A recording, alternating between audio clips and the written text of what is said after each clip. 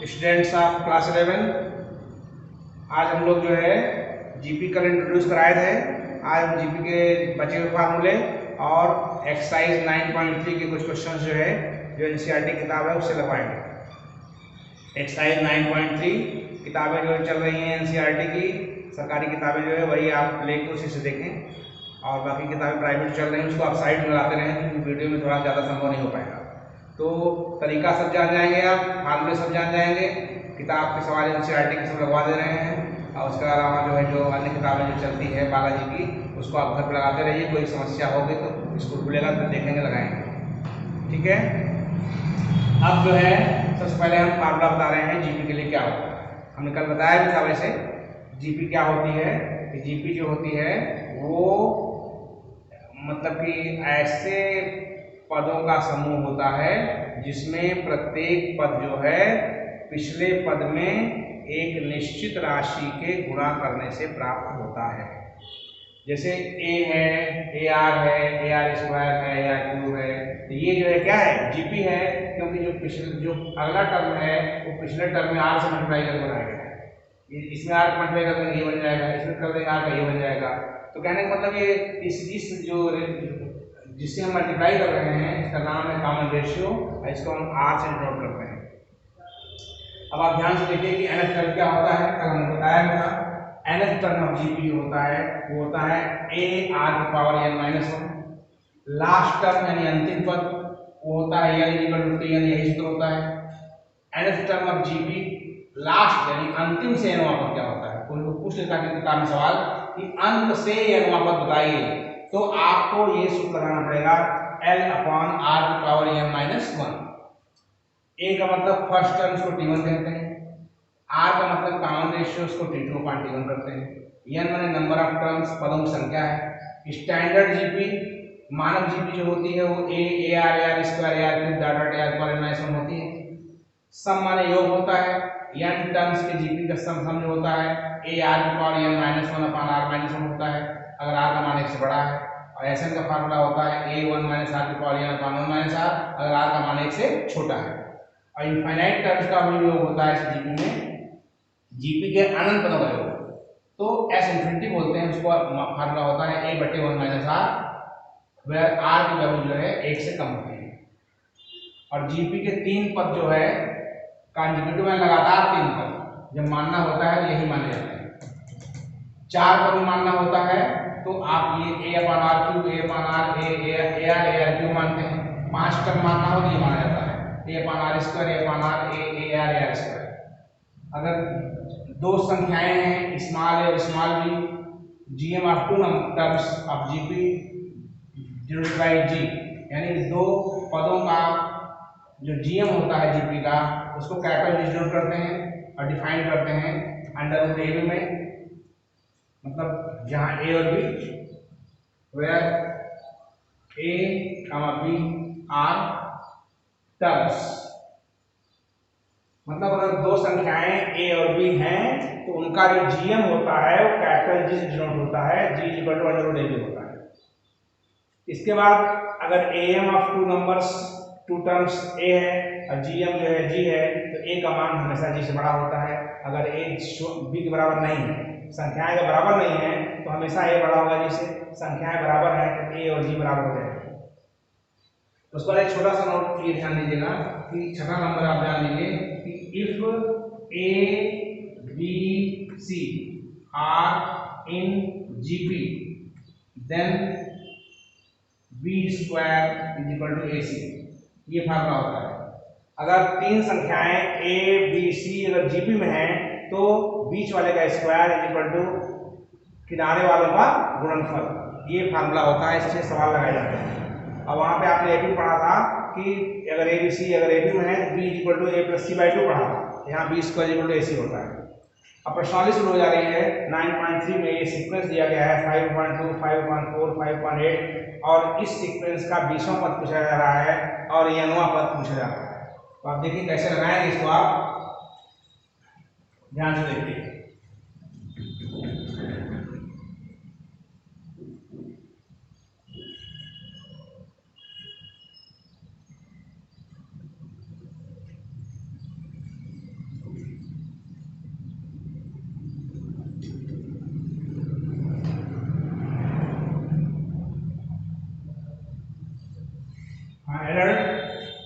देखिए यहाँ पे here a is equal to 5/2 है, क्योंकि पहला पद 5/2 है। r निकालेंगे तो r is equal to T2/T1, तो बराबर जहाँ T2 है वहाँ पे 5/4 लिखेंगे, यहाँ 5/2 लिखेंगे, फिर इज इक्वल टू 5/4 ऐसे ही रहेगा, नीचे वाला पलट जाता है 2/5, तो 5 कैंसिल हो जाएगा, 2 1 जा 2 2 जा, ये 1/2 आ गया, r की वैल्यू 1/2 आ गई। अब इसलिए T20 पूछा है, T20 बराबर होगा a⁻20 - 1, जहाँ a है वहाँ 5/2 लिखिए, r के स्थान पर 1/2 लिखिए, पावर 19 हो जाएगा, इतना ही छोड़ दीजिए। उसके बाद Tn पूछा है, तो Tn आपका हो जाएगा a⁻n-1, ये हो जाएगा 5/2 a का मान, r के स्थान पर 1/2 करके पावर n-1 को छोड़ दीजिए। इस तरह से T20 भी निकल गया और Tn भी निकल गया। उसके बाद आप क्वेश्चन नंबर 2 करेंगे। क्वेश्चन नंबर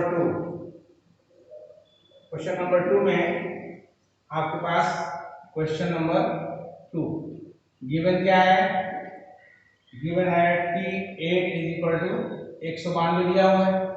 इसका मतलब a⁻8 - 1 बराबर 192 हो जाएगा, चूंकि फार्मूला होता है Tn is equal to a⁻n-1, implies जहां a रहेगा वहां a रखे रहेंगे, r की वैल्यू दी गई है 2 है, पावर यहाँ 7 हो जाएगा इक्वल टू 192। तो इसका मतलब हुआ कि a इंटू 2 घाते 7 अगर हल करेंगे तो ये आएगा 128 आएगा, इक्वल टू 192 आ जाएगा। इसका मतलब a की वैल्यू आ जाएगी 192/128 हो जाएगी। तो कैसे कटेगा ये देख लीजिए, ये 7 दूनी 14 5 9 नहीं कटेगा, ये 192 है और 8/2 है, कटेगा ये जो है 64 से कट जाएगा, 64 दूनी 128 और 64 तिहाई 192, 3/2 आ जाएगा। तो इसलिए पूछा है इसने T12 पूछा है, तो T12 मतलब a⁻12 - 1, तो जहाँ a रहेगा वहाँ 3/2 कर देंगे और जहाँ r रहेगा वहाँ 2 घाते 11 कर देंगे, क्योंकि 12 - 1 11 आता है। तो उसके बाद जो है 3 लिखा आएगा और इंटू 2 घाते क्या कर देंगे 11 - 1 कर देंगे, क्योंकि ये 2 एक पावर है, ऊपर जाकर घट जाएगा, उत्तर आपका आ जाएगा 3 × 2⁻10 हो जाएगा। यही आपका आंसर हो जाएगा। अब आप चाहें तो और कर सकते हैं, इसको 2 10 गुणा कर सकते हैं, 2 2 2 10 बार करके 3 गुणा कर दीजिए, उत्तर आ जाएगा। इस तरह से क्वेश्चन नंबर 3 पूरा हो जाता है। और क्वेश्चन नंबर 3 है, दूसरा सवाल पूरा हो गया। तीसरा सवाल दिया हुआ है T5 = P दिया हुआ है, T5 = P, ये गिवन है। T5 मतलब बच्चों a⁻4 हो जाएगा इक्वल टू P, समीकरण नंबर 1। T8 दिया हुआ है Q, इसका मतलब a⁻7 इक्वल टू Q हो जाएगा, इक्वेशन नंबर 2। और T11 दिया हुआ है R, इसका मतलब कि आपका हो जाएगा a⁻10 ना इक्वल टू R हो जाएगा। तो ये आपका क्वेश्चन नंबर 3 जाएगा। नाउ Q² ले चलते हैं, Q² ले चलेंगे तो a⁻7 होल स्क्वायर करना पड़ेगा, बराबर हो जाएगा a² R⁻14 हो जाएगा। उसको ले सकते हैं a⁻4 × a⁻10 कर सकते हैं, इसके स्थान कर सकते हैं, फिर P × S कर सकते हैं। ये शायद हाँ यस दिया हुआ है, यस है ये, तो P × S कर देंगे, क्योंकि आप देखिए S की वैल्यू ये है और P की वैल्यू क्या है a⁻4 है, तो मैंने जहाँ P था वहाँ a⁻4 तो वहाँ P कर दिया, जहाँ ये a⁻10 था वहाँ S कर दिया। सिद्ध करना चाहिए Q² = PS लाना, प्रूव हो गया। क्वेश्चन नंबर 3 फोर्थ क्वेश्चन है आपका, गिवन है T4 = T2² दिया हुआ है। इसका मतलब T4 का मतलब हो जाता है AR³ is equal to AR का होल स्क्वायर हो जाएगा, implies AR³ is equal to हो जाएगा A स्क्वायर R स्क्वायर हो जाएगा। उसके बाद यहाँ पे A की वैल्यू मालूम है आपको, या एक काट दीजिए पहले यहाँ पे, तो हो जाएगा आपका R³ जो है उसको R स्क्वायर इंटू R कह दीजिए, is equal to AR square कह दीजिए, R स्क्वायर कर सकता है, इसका मतलब A is equal to R और मान इसका दिया हुआ -3। R A की वैल्यू -3 दी गई है तो A भी -3 हो जाएगा, R भी -3 हो जाएगा। पूछ रहा है T7, इसलिए T7 निकालेंगे, AR की पावर 7 - 1 बराबर हो जाएगा -3 की पावर -3 इंटू -3 की पावर 6। सॉल्व कर लेंगे इसको, ये आपका आ जाएगा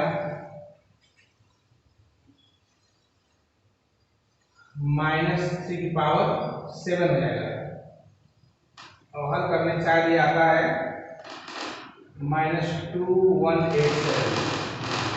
इस तरह से पूरा हो जाएगा। क्वेश्चन नंबर 5 है, कह रहे हैं कौन सा टर्म जो है 128 है। देखिए 5 का फर्स्ट पार्ट है, late nth term of the sequence 2, 2√2, 4 ... is 1 to 8। पूछ रहा है कि इस सीक्वेंस का कौन सा टर्म आपका 128 है। मैंने मान लिया कि let nth term of the sequence is 128, then क्या हो जाएगा, A R की power n -1 is equal to 128 हो जाएगा। A के स्थान पर 2 लिखोगे, जहां R है वहां क्या लिखोगे, 2√2 upon 2 power n -1 is equal to, इसको 2 बार के साथ कह सकते हैं, इम्प्लाइज 2 ये लिखा रहेगा, ये तो कैंसिल हो जाएगा, और ये हो जाएगा √2 की पावर n -1, ऐसे से 2 निकाल लेंगे, 2 बार अच्छी कर देंगे इसको, इस 2 के हम काट देंगे, ये √2 की पावर क्या हो जाएगा n -1, और वो चीज जो है √2 की पावर 2 और पूरे की पावर 6 हो गया। क्योंकि आप जानते हैं कि 2 जो है वो √2 का होल स्क्वायर होता है, इसका मतलब √2 की power n -1 is equal to √2 की पावर 12 हो गया 12। इसका मतलब हो जाएगा कि n -1 की वैल्यू हो जाएगी 12, इसका मतलब n हो जाएगा 13। इसलिए 13 टर्म विल बी 128। ये जाना कौन सा टर्म जो है 128 होगा। इसी ढंग के 5वें के 2 सवाल और हैं कि 2 सवाल और हैं, सेकंड पार्ट है 5वें का, कि वो कौन सा टर्म आपका √3 है, 3 है, ... 729 होगा। यानी कि इस सीक्वेंस का कौन सा टर्म जो है 729 होगा। इसमें भी हिंट हम दे रहे हैं, ये आपका Tn है, लेट इसको मान लेते हैं, ये आपका A है, और R आपका हो जाएगा 3/√3, ये हो जाएगा √3, और यह पूछा जा रहा है। तो जब यह पूछ रहा है तो आप सूत्र लगा लेंगे वही, AR की power n -1 is equal to 7 to 9। यहाँ पे A की वैल्यू आप रखेंगे √3 रख देंगे, R के स्थान पे आप क्या रखेंगे, √3 power n -1 is equal to 7 to 9। फिर इसको आगे बढ़ा लेंगे सॉल्व करके, कितना आ जाएगा, इम्प्लाइज ये √3 पावर n -1, ये चीज जो है 3 की पावर 6 है, अपान √3 हो जाएगा, इसको ले सकते हैं √3 की पावर 2 और की पावर 6 अपान √3, इसका मतलब हो जाएगा यहाँ n -1 पावर है, implies √3 power n -1 is equal to है √3 की पावर 6 12 11 हो जाएगा, तो n -1 इज इक्वल टू 11, इसका मतलब n इज इक्वल टू 11 + 1 यानी 12 हो जाएगा। इसका मतलब हुआ कि 12वां प्रश्न जो है आपका ये हो जाएगा। सो 12th टर्म विल बी आपका हो जाएगा 729। अब जो है इसी ढंग से सवाल आगे भी हैं, 5 सवाल तक हमने करा दिए हैं। अब जो है नेक्स्ट टाइम जो है हम लोग क्वेश्चन नंबर 6 से स्टार्ट करेंगे और तब तक के लिए आज तय रहने दीजिए। नेक्स्ट टर्न पे हम लोग 6 सवाल से ट्राई करेंगे। Thank you very much.